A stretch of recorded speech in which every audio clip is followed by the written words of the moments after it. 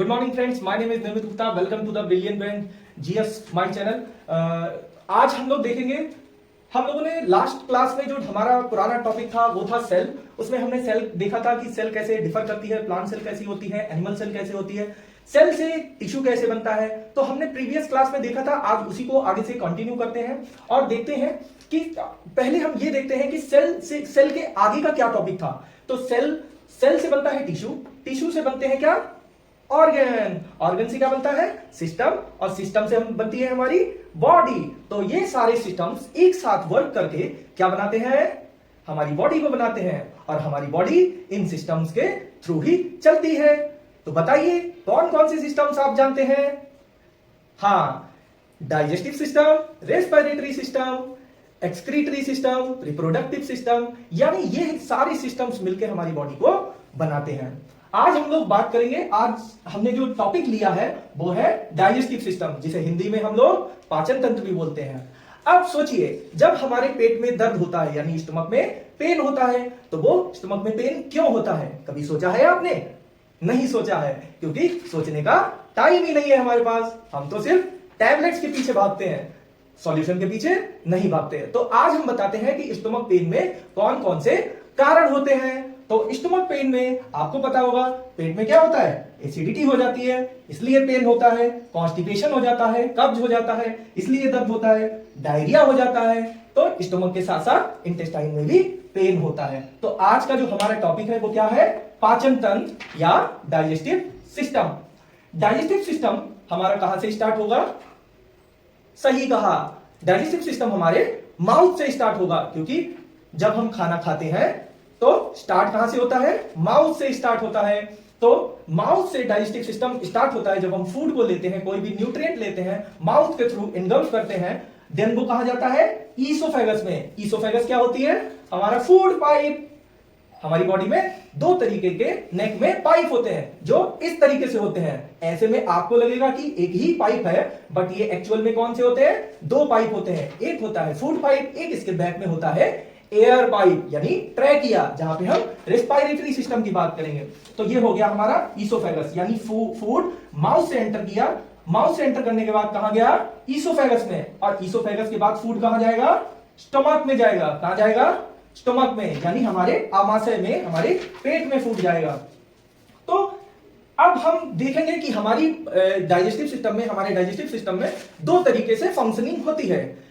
एक तरफ होते हैं डाइजेस्टिव ग्लैंड्स और एक तरफ होते हैं डाइजेस्टिव ऑर्गन्स। तो आज हम बताएंगे आपको डाइजेस्टिव ऑर्गन्स कौन कौन से होते हैं और डाइजेस्टिव ग्लैंड्स कौन कौन सी होती हैं। तो सबसे पहले बात करते हैं डाइजेस्टिव ऑर्गन्स की।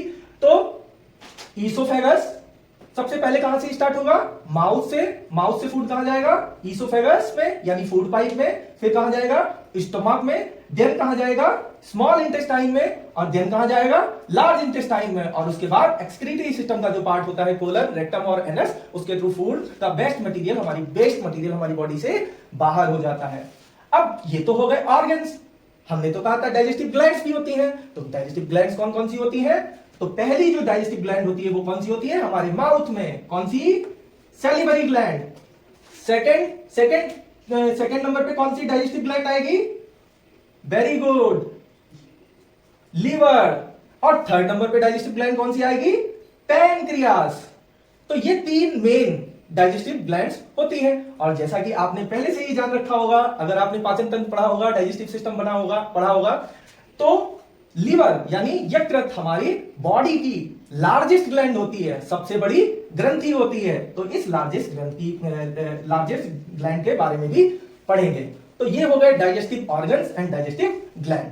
अब सोचो, आपने फूड खाया है तो फूड कहां कहां गया है। तो सबसे पहले फूड एंटर किया माउथ से, देन गया था ईसोफेगस में, अब जाएगा कहां, स्टमक में। स्टमक में जब फूड एंटर करता है तो स्टमक में क्या होता है जिसकी वजह से फूड की डाइजेशन होती है या डाइजेशन होता है। तो स्टमक में होती है HCl। स्टमक में क्या होता है, HCl। बोले सर ये HCl क्या होता है, तो HCl होता है क्या, हाइड्रोक्लोरिक एसिड। यानी कोई भी मटेरियल जाएगा तो सबसे पहले एसिडिक मीडियम में जाएगा। क्यों हाइड्रोक्लोरिक एसिड का, आप सपोज करो आपने खाने की जगह पत्थर खा लिए, फिर क्या होगा, तो उससे किडनी स्टोन हो जाएगा, बिल्कुल सही है। लेकिन उससे पहले वो स्टोन आपके स्टमक में जाएगा, उस पे एसिड वर्क करेगा। इसलिए कोई भी फूड हम खाते हैं तो सबसे पहले वो ईसोफेगस के थ्रू कहां जाता है, स्टमक में, और उस पे एसिडिक मीडियम में उसकी क्या होती है, डीकंपोजिशन होता है। तो इसमें ऐसा हार्ड एसिड होता है HCl का, जिसकी पीएच क्या कितनी होती है, 2 to 3। पीएच बोले तो पोटेंशियल ऑफ हाइड्रोजन। कौन सा एसिड कितना ज्यादा स्ट्रांग है या कौन सा एसिड कितना ज्यादा वीक है। अब इसको हम सिंपल तरीके से कैसे समझते हैं, आपकी बैटरी में कौन सा एसिड होता है, सल्फ्यूरिक एसिड यानी सल्फ्यूरिक अम्ल, उसका पीएच भी 2 to 3 होता है। उसमें जब उंगली डालें अगर बैटरी में, तो अगर कंसंट्रेटेड सल्फ्यूरिक एसिड होगा तो क्या होगा, उंगली जाएगी तो बैटरी के अंदर, लेकिन क्या वैसे ही वापस आएगी, नहीं, सिर्फ हड्डी हड्डी आएगी। वो हमारी उंगली क्या होगी, डीजनरेट हो जाएगी, हमारी उंगली बेकार हो जाएगी। यानी हम बात करते हैं इतना हार्ड एसिड स्टमक में, हाउ इज इट पॉसिबल। तो ये हमारे स्टमक में, इसको रखने के लिए भी एक पूरा सिस्टम है। इस हार्ड एसिड से हमारी बॉडी स्टमक में एक और मटेरियल रिलीज होता है जो इस हार्ड एसिड से बचाता है। वो क्या होता है, म्यूकस, जो इस हार्ड एसिड से बचाता है। यहां पे हमने देखा स्टमक में किस तरीके से डाइजेशन होगा। अब हमने खाया क्या क्या है, primary source of food, secondary source of food and tertiary source of food. बोले सर ये क्या होता है, ये तो आप कंफ्यूज करने वाली बात कर रहे हैं, ये प्राइमरी सोर्स मैं नहीं जानता। प्राइमरी सोर्स कौन सा होता है, प्राइमरी सोर्स होता है जो हम सबसे पहले खाते हैं। अब आप बताओ, आप सबसे पहले उठते हो तो क्या खाते हो, कार्बोहाइड्रेट्स, और सेकंड नंबर पे क्या खाते हो, प्रोटीन्स। देन थर्ड नंबर पे क्या खाते हो, ज्यादा एनर्जी की जरूरत होती है तो फैट्स एंड ऑयल्स। तो सबसे पहले आपने क्या खाया, कार्बोहाइड्रेट। तो सबसे पहले डाइजेशन किसका होगा, कार्बोहाइड्रेट का। कार्बोहाइड्रेट का डाइजेशन स्टार्ट कहां होता है, तो माउथ में। कौन कराता है, तो सलाइवा में एंजाइम्स होते हैं जिनका नाम होता है सैलिवरी एमाइलेज एंजाइम, जो कार्बोहाइड्रेट का डाइजेशन करवाते हैं। फूड बोलस फॉर्म में चेंज होकर पेरिस्टालसिस प्रोसेस से ईसोफेगस से होते हुए स्टमक में पहुंचता है, और यहां पे स्टमक में जो एंजाइम्स होते हैं वो फर्दर डाइजेशन करवाते हैं। तो स्टमक में कौन सा एंजाइम होता है, तो पेप्सिन एंजाइम होता है, जो स्टमक में किसका डाइजेशन करवाता है, प्रोटीन का पार्शियली डाइजेशन करवाता है। इसके बाद फूड कहां जाएगा, डिओडिनम से होते हुए स्मॉल इंटेस्टाइन में।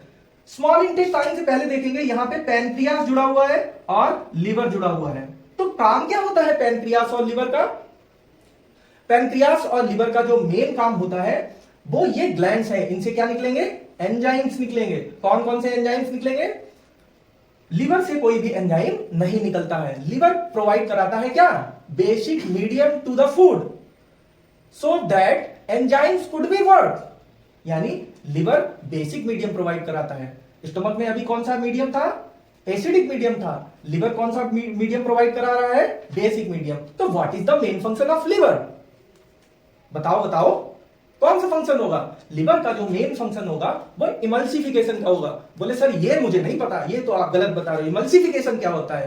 तो बेटा जो ऑयल हम लोग खाते हैं ये हमारे लिए क्या होगा, हार्मफुल होगा। क्यों, अगर ये छोटी छोटी ऑयल ड्रॉपलेट्स में टूटेगा नहीं। सपोज करो आपने जो सरसों का तेल खाया है या सोयाबीन ऑयल खाया है, वो अगर बड़ी बड़ी ड्रॉपलेट्स की फॉर्म में हमारे स्टमक में, इंटेस्टाइन में एंटर कर जाए तो ये क्या करेगा, ये हमारे इंटेस्टाइन की बॉल में स्टिक कर जाएगा, चिपक जाएगा, और जिसकी वजह से कॉन्स्टिपेशन होना स्टार्ट हो जाएगा या एसिडिटी होना स्टार्ट हो जाएगी। तो ये इमल्सिफिकेशन का काम करता है। व्हाट इज इमल्सिफिकेशन, बड़ी बड़ी ऑयल ड्रॉपलेट्स को छोटी छोटी ऑयल ड्रॉपलेट्स में चेंज कर देना। अब आप कहोगे सर ये मुझे नहीं समझ में आ रहा, ऐसा क्या होता है कि बड़ी बड़ी ऑयल ड्रॉपलेट्स छोटी छोटी ऑयल ड्रॉपलेट्स में चेंज हो जाती है।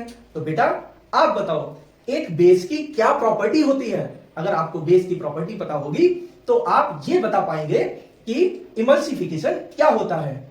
तो सोचिए जब हमारे हाथ ऑयली ऑयली हो जाते हैं तब हम अपने हाथों को साफ करने के लिए क्या करते हैं, नहीं, हाथ साफ करने का मतलब पैसा नहीं मारना है किसी का। हाथ साफ करने का मतलब है कि हाथ को क्लीन करना है। हाथ को साफ करने के लिए हम क्या करेंगे, तो हम डिटर्जेंट का यूज करेंगे। आप बोलोगे सर डिटर्जेंट का बेस से क्या लेना देना, तो डिटर्जेंट ही तो बेस से बना होता है, और डिटर्जेंट से ही तो हम कपड़े साफ करते हैं, हाथों को साफ करते हैं, साबुन से हाथों को साफ करते हैं, कपड़ों को साफ करते हैं। तो वो क्या होते हैं, बेसिक मीडियम में बनता है तो वो बेस होता है, यानी बेस की प्रॉपर्टी क्या हो गई, वो बिल्कुल साबुन जैसा होगा। यानी बड़ी ड्रॉपलेट्स को छोटी ड्रॉपलेट्स में चेंज करने के लिए हमें किसका यूज करना पड़ेगा, इमल्सिफिकेशन का। यानी जैसे हम हाथों को साबुन से धोकर अलग कर देते हैं, तेल जो हमारे ऑयली हैंड्स होते हैं उन्हें साबुन से हाथ धोकर हम उस डिटर्जेंट से ऑयल को अलग कर देते हैं हाथों से, सेम इसी तरीके से ये क्या करता है, ये इमल्सिफिकेशन में बड़ी बड़ी ऑयल ड्रॉपलेट्स को छोटी छोटी ऑयल ड्रॉपलेट्स में चेंज कर देता है, जिस तरीके से ये वाटर सॉल्युबल एटलीस्ट 95% ये वाटर सॉल्युबल हो जाती है। तो लिवर का मेन फंक्शन क्या हुआ, इमल्सिफिकेशन का। लिवर से कोई एंजाइम नहीं निकलता है, लिवर से कोई भी एंजाइम नहीं निकलता है। लिवर के बाद फंक्शन पढ़ेंगे हम पैनक्रियास का। तो हमने लास्ट टाइम बताया था आपको ग्लूकोज का फंक्शन, ग्लूकोज हमारे ब्लड में इकट्ठा हो जाता है और उस ग्लूकोज को रेगुलेट करने का काम किसका होता है, इंसुलिन का। तो पैनक्रियास में इंसुलिन हार्मोन बनता है। बोले सर हार्मोन, आप तो एंजाइम पढ़ा रहे थे। हाँ, उस पर भी आएंगे। एंजाइम कौन कौन सा बनता है पैनक्रियास में, तो इसमें बनेगा trypsin, lipase, trypsin and lipase and salivary amylase enzyme, ये तीनों बनेंगे। और ये इनसे निकलने वाले एंजाइम क्या करेंगे, बारी बारी से कार्बोहाइड्रेट, प्रोटीन एंड फैट्स का डाइजेशन करवाएंगे। तो ट्रिप्सिन का काम क्या होगा, सो पेप्टोन्स को पेप्टाइड्स एंड अमीनो एसिड्स में तोड़ देंगे। लाइपेज का काम क्या होगा, लाइपेज यानी लिपिड को चेंज कर देगा ग्लिसराइड्स में। और ट्रिप्सिन हो गया, लाइपेज हो गया, और कौन सा बचा, सेलिवरी एमाइलेज या टाइलिन एंजाइम। यहां पे इसका नाम सेलिवरी एमाइलेज नहीं बोलेंगे, यहां पे क्या बोलेंगे, टाइलिन एंजाइम। टाइलिन भी क्या करता है, कार्बोहाइड्रेट का डाइजेशन करता है। इसके बाद स्मॉल इंटेस्टाइन में पहुंच के फूड का कंप्लीट डाइजेशन होगा। फूड का कंप्लीट डाइजेशन होने के बाद फूड का जो वेस्ट प्रोडक्ट है वो कहां पहुंचेगा, लार्ज इंटेस्टाइन में। What is the main function of small intestine, यहां पे हमने जो भी फूड इंजेस्ट किया है बॉडी में, जो भी फूड खाया है उसका कंप्लीट डाइजेशन हो जाएगा इंटेस्टाइन में। लार्ज इंटेस्टाइन में किसी भी तरीके का डाइजेशन नहीं होगा। यहां क्या होगा, यहां सिर्फ वाटर का एब्जॉर्प्शन होगा, यानी जो वेस्ट मटेरियल है उससे हम हमारी बॉडी का वाटर एब्जॉर्ब कर लेंगे जितना चाहिए होगा, और बाकी जो वेस्ट प्रोडक्ट होगा वो लार्ज इंटेस्टाइन के 3 पार्ट होते हैं, कौन कौन से, कोलन, रेक्टम और एनस, यानी इन तीनों पार्ट से फूड बाहर चला जाएगा और इस तरीके से हमारा डाइजेशन कंप्लीट हो जाता है। ये टॉपिक आपको कैसा लगा हमें कमेंट्स में जरूर बताइएगा और हमारे ब्रिलियंट ब्रेन जीएस चैनल को जरूर सब्सक्राइब कीजिए। Thank you.